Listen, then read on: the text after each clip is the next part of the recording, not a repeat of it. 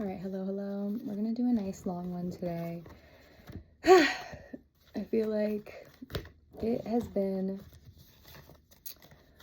quite the month, quite the year, quite the week, and everybody's a little tired.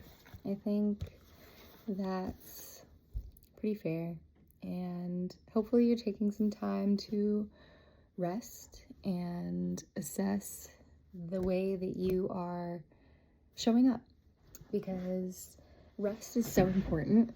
And I feel like it gets put till this, like, I have to be sick or I have to be forced to rest because I don't feel well.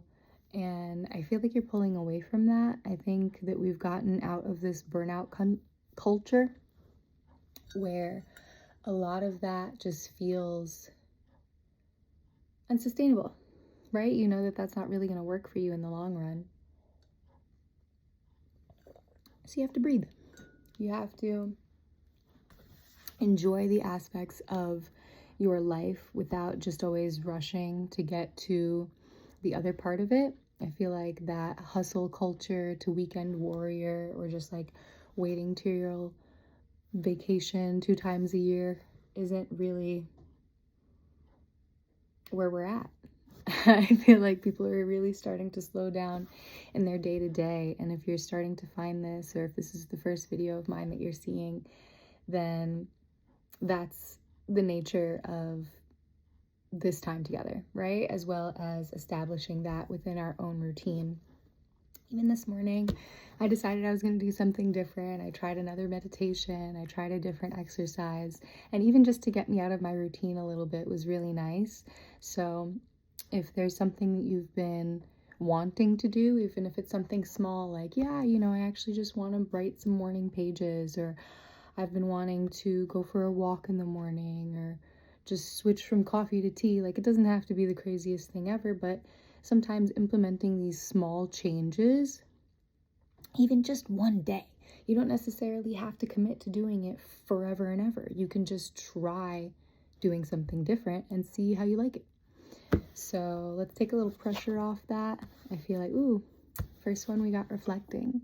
I feel like this is more of a personal reflection where you're looking back at the past year, right? Depending on when you're seeing this, I think that it's kind of natural to evaluate where we are with comparison to other spots in our life or throughout the year, or maybe even where we were at this point last year. And without getting too stuck in it, that's always beneficial. I think to say, if your health was better, your finances, happiness, and sometimes the answer isn't what you want, or you haven't made as many changes as you had liked. So that evaluation is essential. It's essential to growth, and it's not a time to beat up on yourself or really regret the things that you've done. I think that it's just an evaluation, right? You need feedback. You need the feedback to say, hey, am I doing what I want to be doing? Or is this really not taking me in the direction that I was hoping it would go?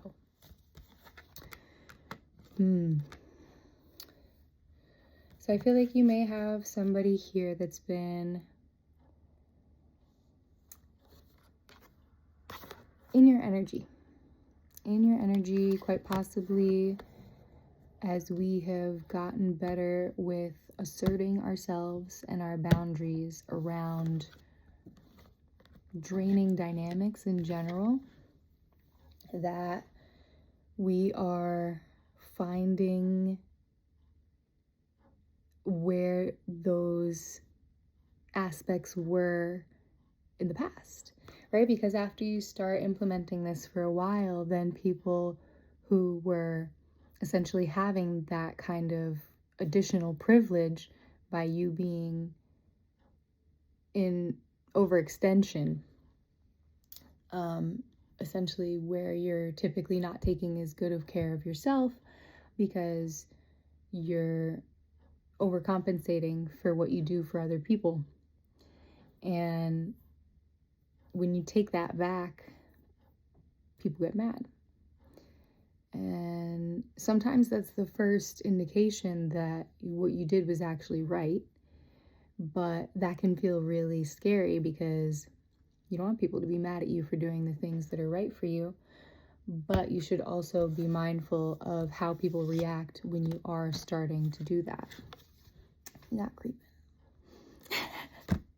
I feel like sometimes when you don't let people have information about you that you would usually willingly give up, that's where you end up having people like eavesdrop or like asking about you or like trying to find information about you in other ways. And you know what? It is what it is. Like, let them. It's a little scary sometimes when you start to see how much you were pouring into certain dynamics, especially when you see 555, that is like, pray for confirmation. Like, you wouldn't want to stop fueling the relationships in your life, but once you start to realize that it's a little bit detrimental to you, in a sense, it's kind of necessary, right? So just want to say I'm proud of you because that's not easy, and I know that it's scary. It's scary, especially when you come from dynamics where that is normal, right? Whether you have codependency or enmeshment within your family. And I feel like as a collective, we're really pulling away from that in general, whether it's just dysfunctional family dynamics or quite literally abusive environments. And it's really hard to gauge where that is, especially when we feel like there's so many ways in which we're taught to do different things, right? Whether it's, okay, you're taught to take care of everybody in your household, or you're taught to, you know, put your needs last and things like that. And it's hard when that gets skewed off what is good or what is right for you to do. And our collective has been paying attention to our health. We're paying attention to our sleep. We're paying attention to our goals and the way that we actually want our lives to go, right? So back with that reflection for the past year, I feel like it's really interesting once you start to kind of line up things like that say, hey, you know, I've been putting all kinds of energy into the things that I want and I'm getting back what I want. But sometimes you spend time with people or working on certain things, and that evaluation needs to come down to like, hey, this might not be for me. And obviously use your discernment when it comes to that. But I feel like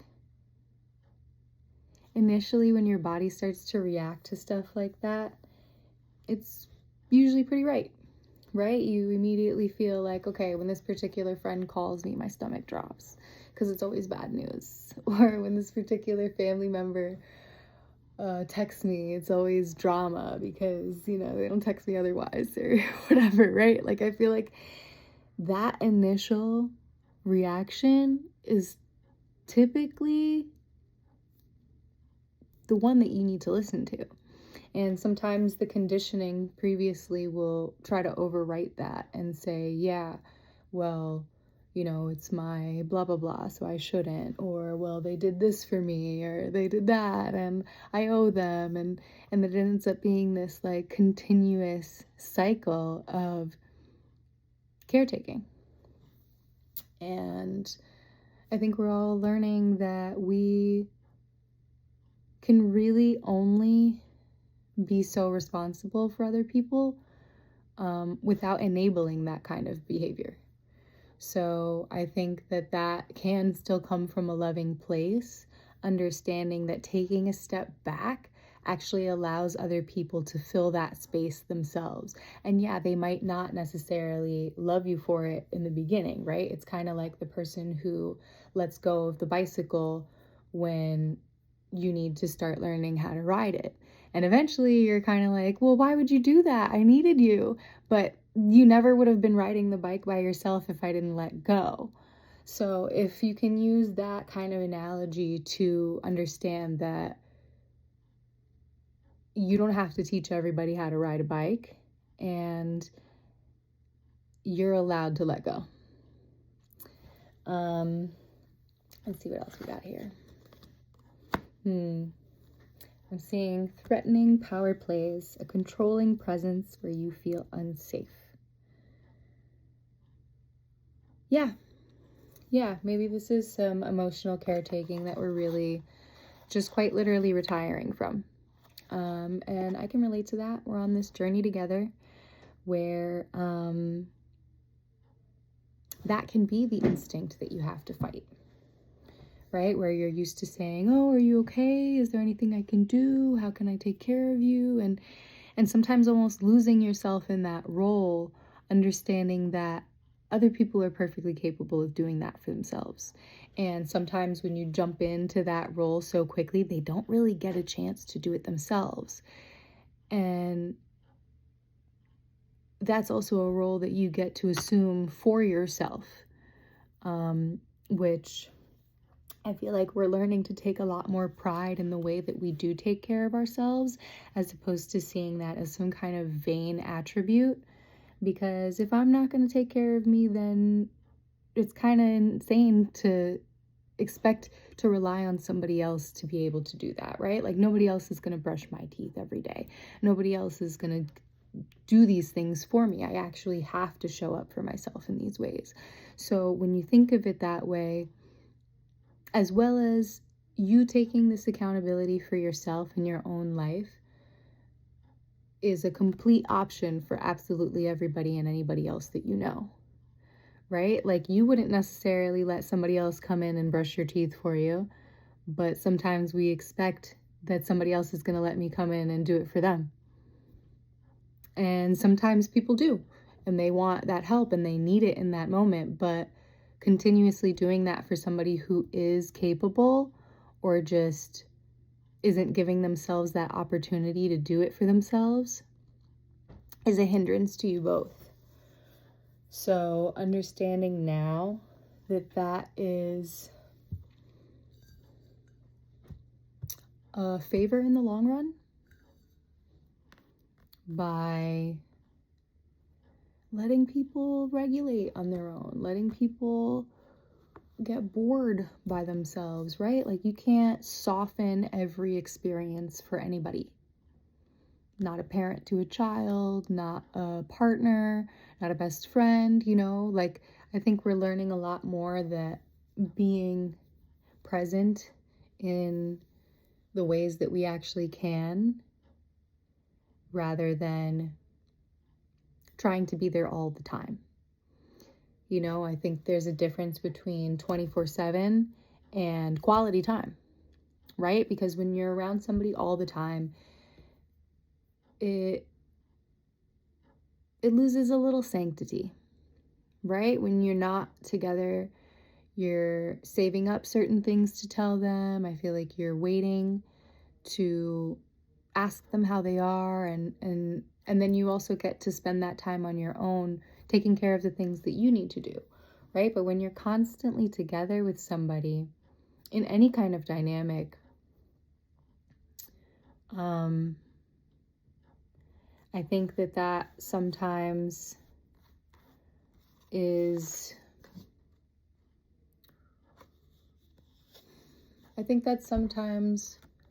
what is confusing about taking care of ourselves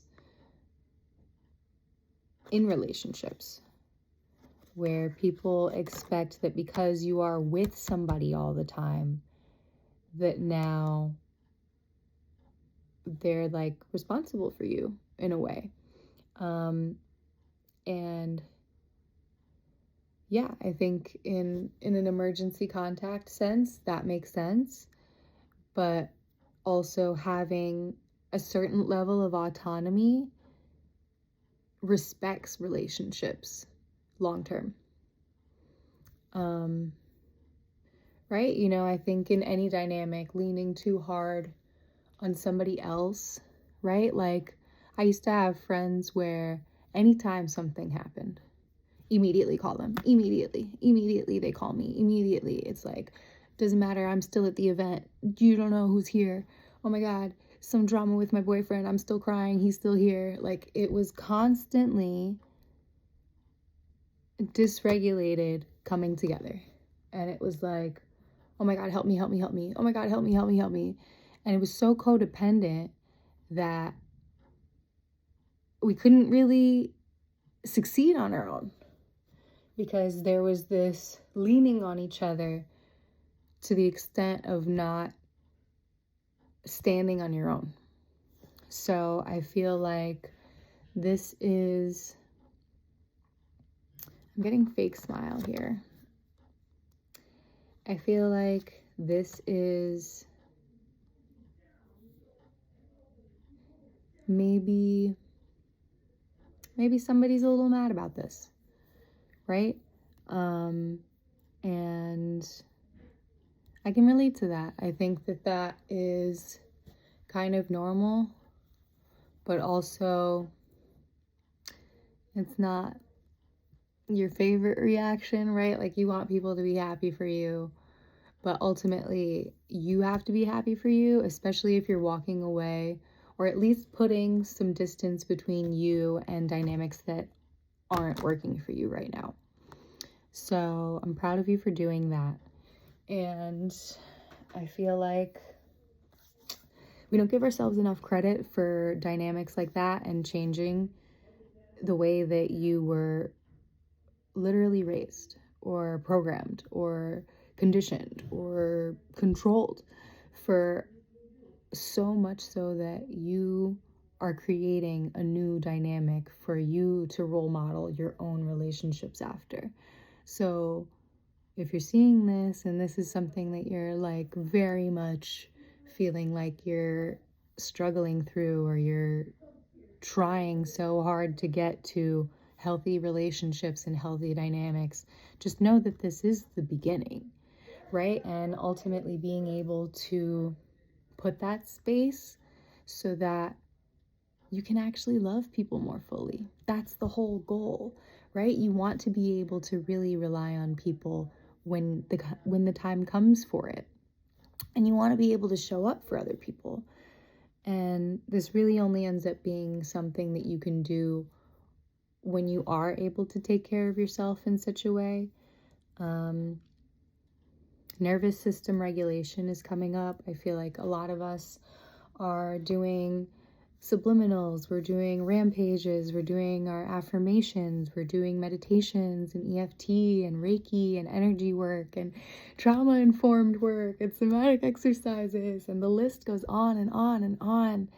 And if you're doing all of those things, I'm proud of you, because it's not easy, it is painful, and it's worth it. And it's absolutely worth it on the other side. I feel like you're already starting to see that, and the rewards can be so instant. So I'm going to cut it there. I love you. Bye.